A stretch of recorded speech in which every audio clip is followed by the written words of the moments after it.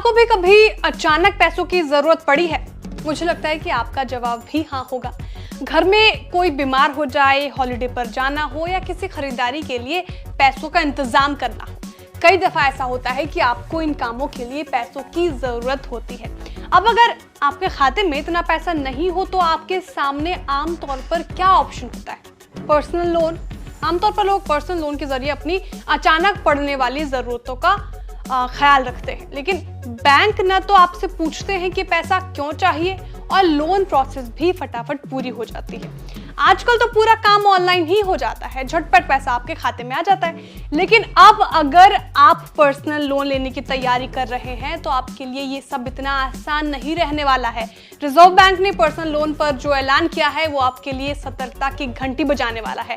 क्या है reserve bank का ऐलान और आपको क्यों पर्सनल लोन लेते वक्त सावधानी बरतने की जरूरत है, ये सब बताएंगे इस रिपोर्ट में। नमस्कार, आप देख रहे हैं बिस्तक और मैं हूं श्रेया ठाकुर। असल में रिजर्व बैंक पर्सनल लोन्स को लेकर बेहद चिंतित है और इस बात का जिक्र reserve bank governor Shaktikanta Das ने मॉनेटरी रिव्यू पॉलिसी के ऐलान के साथ किया। रिजर्व बैंक ने बढ़ते पर्सनल लोन एक्सपोजर पर वार्निंग दी है। उन्होंने एनबीएफसीज को चेताया है कि वे अपने रिस्क मैनेजमेंट सिस्टम को मजबूत करें।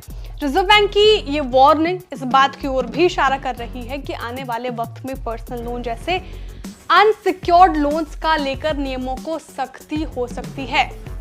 रिजर्व बैंक इस तरह के लोन्स के लिए कैपिटल रिक्वायरमेंट को सख्त बना सकता है। इसका सीधा असर ये होगा कि किसी भी कस्टमर के लिए अब पर्सनल लोन लेना आसान नहीं होगा।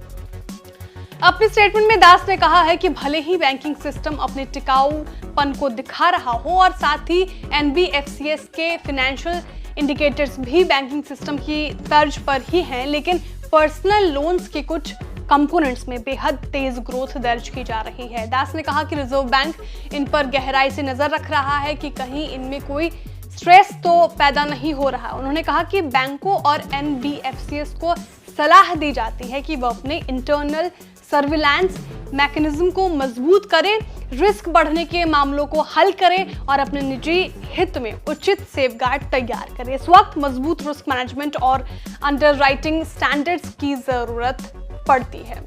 एक हफ्ते पहले रिजर्व बैंक के आंकड़ों ने कहा था कि भारतीय बैंक पर्सनल लोन पोर्टफोलियो में बेहद आक्रामक रुख अख्तियार किए हुए हैं। अगस्त 2023 में सालाना आधार पर पर्सनल लोन में 30.8% इजाफा हुआ है, जबकि पिछले साल अगस्त में ये ग्रोथ 19.40% थी। अगस्त 2023 में पर्सनल लोन सेगमेंट बढ़कर 47.70 लाख करोड़ रुपए पर पहुंच गया, जो कि एक साल पहले अगस्त 2022 में 36.47 लाख करोड़ रुपए पर था। इतना ही नहीं, अप्रैल 2023 से अगस्त 2023 के बीच ही पर्सनल लोन्स 40.85 लाख करोड़ रुपए से बढ़कर 47.70 लाख करोड़ रुपए पर पहुंच गया है। इन्हीं आंकड़ों को देखते हुए रिजर्व बैंक ने बैंकों और एनबीएफसीएस को पर्सनल लोन के मोर्चे पर सचेत किया है। इसका असर आम लोगों पर भी पड़ने वाला है। ऐसे में अगर आप पर्सनल लोन लेने की सोच रहे हैं तो सबसे पहले तो अपने सिबिल स्कोर को क्लीन रखिए। जितना ऊंचा स्कोर उतना जल्दी लोन मिलने की उम्मीद है। आपके लिए दूसरी सावधानी यह है कि उतना ही कर्ज लीजिए जिसे आसानी से आप चुका सके।